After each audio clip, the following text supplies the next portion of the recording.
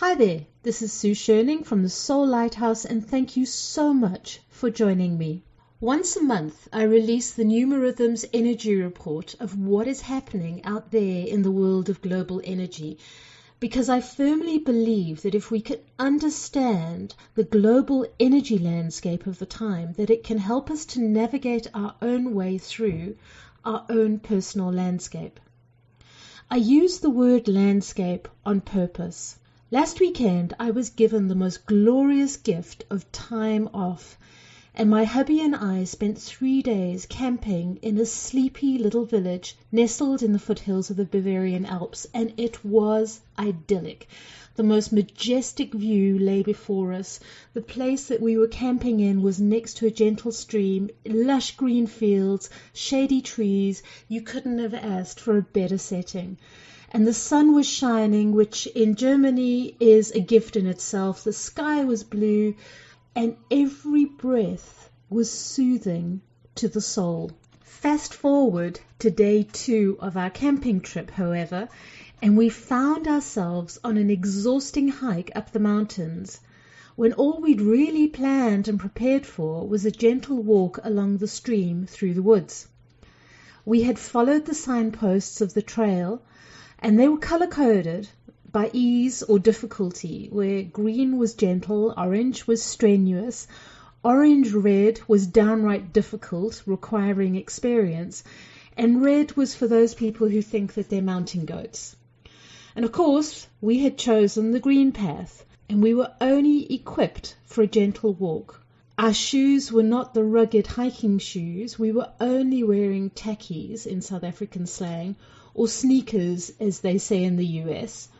Our little backpack contained our picnic lunch and water for the trip. Gentle, easy, non-strenuous, and that was what we had in mind.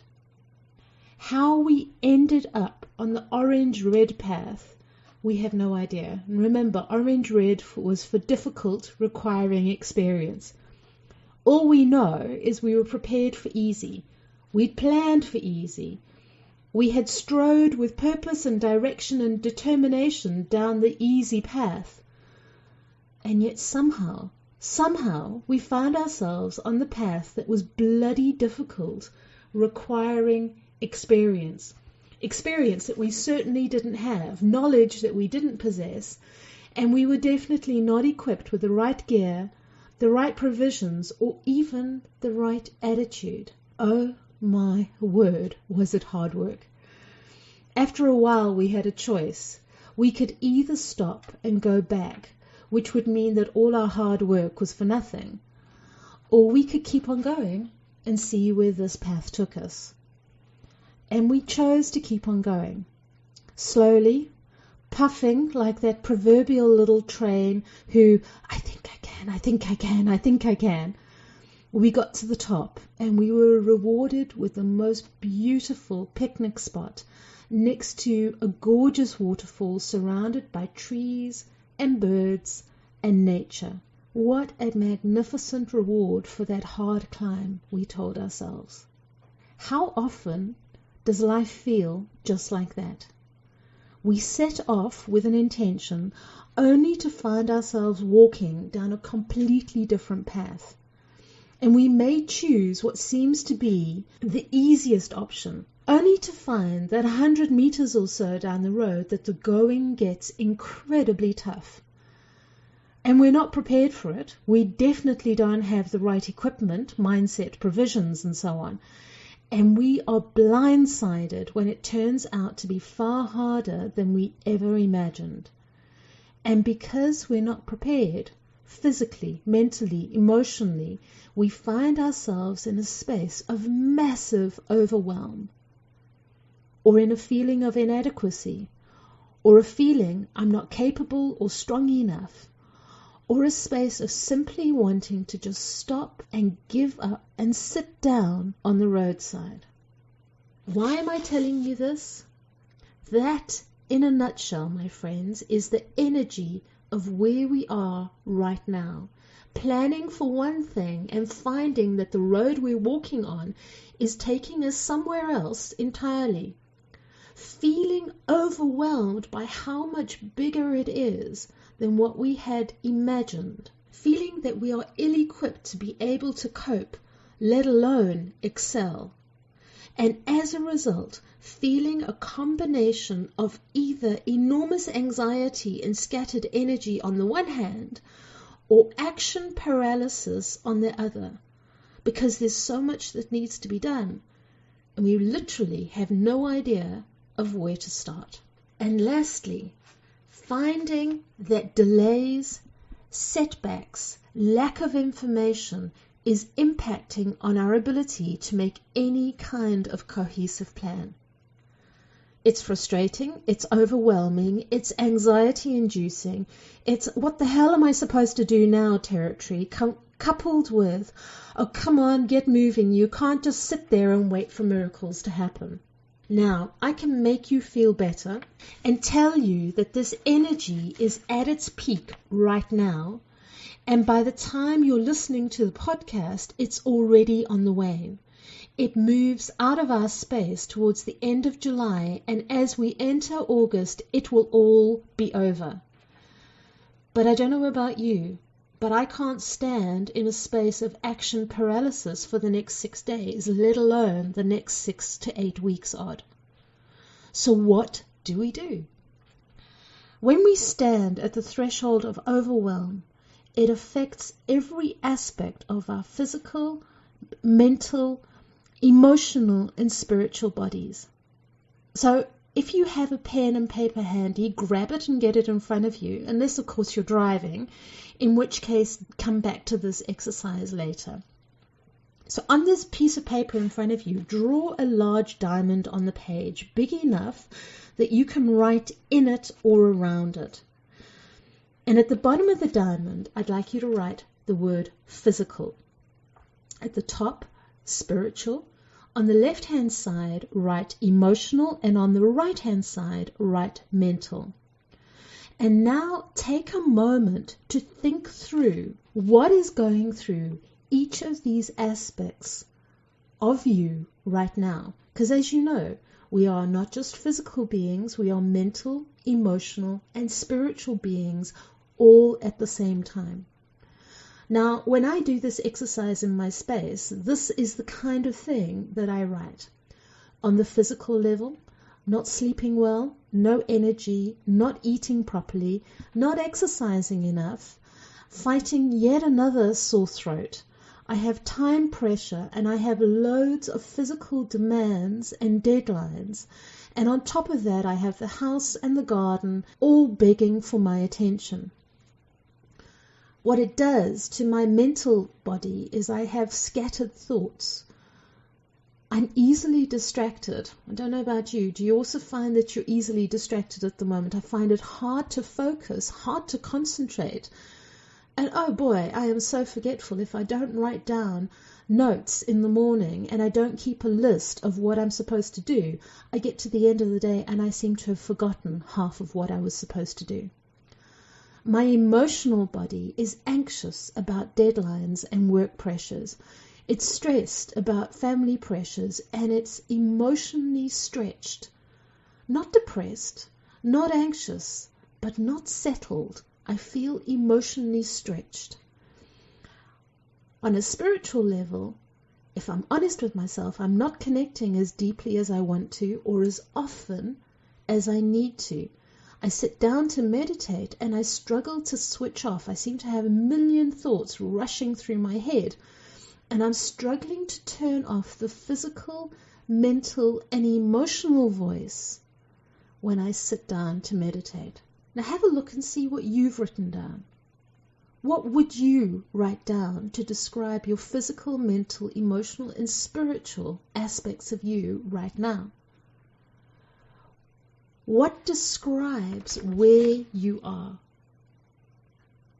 And now if I had to ask you to go to the center of the diamond, which represents the core of you, and I asked you to sort through all of these things and sort them all out at the same time, the result would be absolute overwhelm.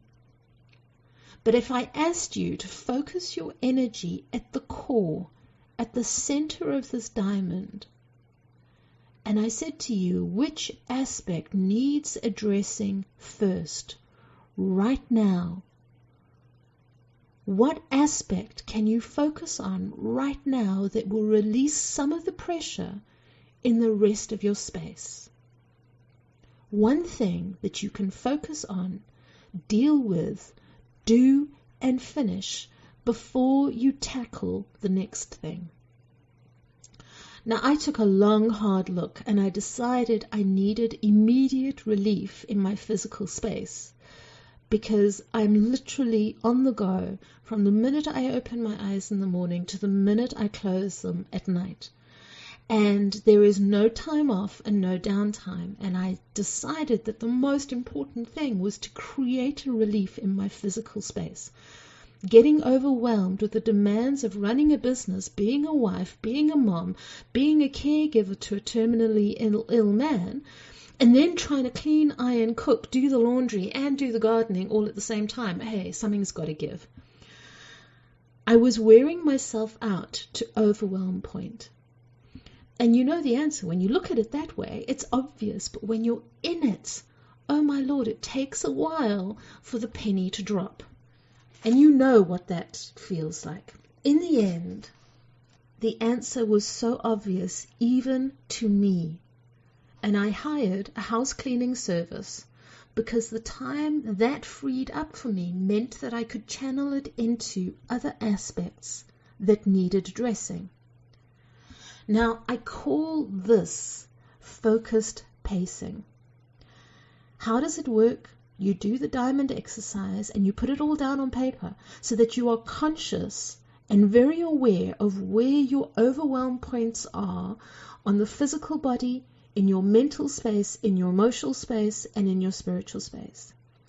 You go to the center of that diamond and you focus on just one thing that you can do to relieve just one aspect of overwhelm in just one of those bodies, physical, mental, emotional, or spiritual. And you focus on doing that one thing until it's done. With me, it was a cleaning service. So let's just have a look at what went into that. I needed to research cleaning agencies. I needed to educate myself on how they operate in Germany, what they require and what they do, how much it costs, and what kind of impact it would have on me and in my home. I had to book it. I had to pay it. When the cleaner came, I had to show him what to do. Yes, it was a man, not a woman, so that was an interesting journey for me. I had to supervise until I knew that he could do what I wanted. And then I had to back off and let him do the work so that I could use that time to get on and do something else. And as they say in the classics, wash, rinse, repeat for the next time I needed him. And I've booked him now on a 2-weekly basis so that he can come in and take the heavy cleaning chores off my plate. And in taking that stuff off my plate, I can free that time to focus on the next thing. And focus then on everything that needs to be done. Do it, and wash, rinse, repeat. Overwhelm, by its very nature, paralyzes us to the point where we have no idea what direction we're supposed to move in, what on earth we're supposed to do, and where to start first.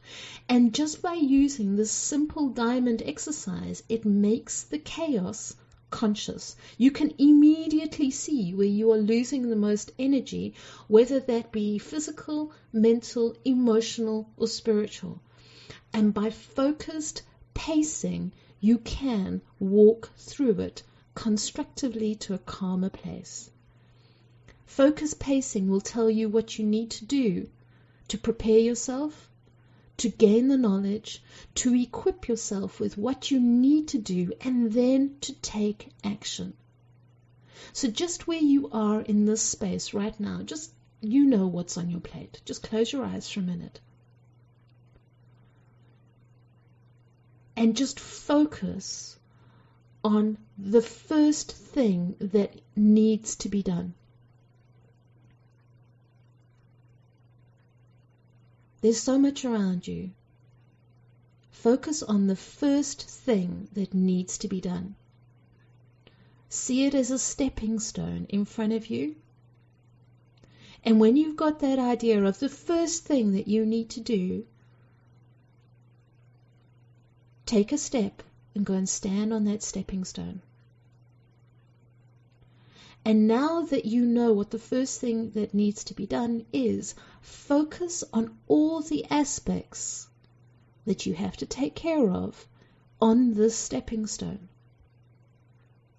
For me, it was research, educate myself, find out how it worked, book, pay, supervise, back off, let the person do the work, evaluate, book him again.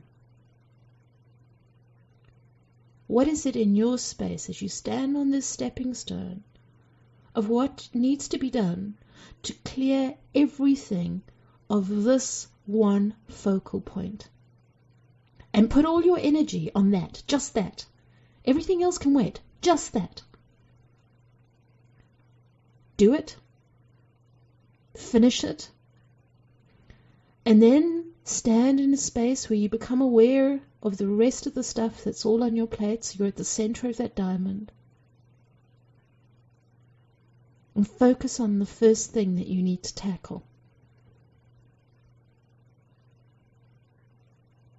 And when you've got it firmly in your mind, take a step forward and go and stand on that stepping stone. And deal with absolutely everything that needs to be done to get that aspect done and finished.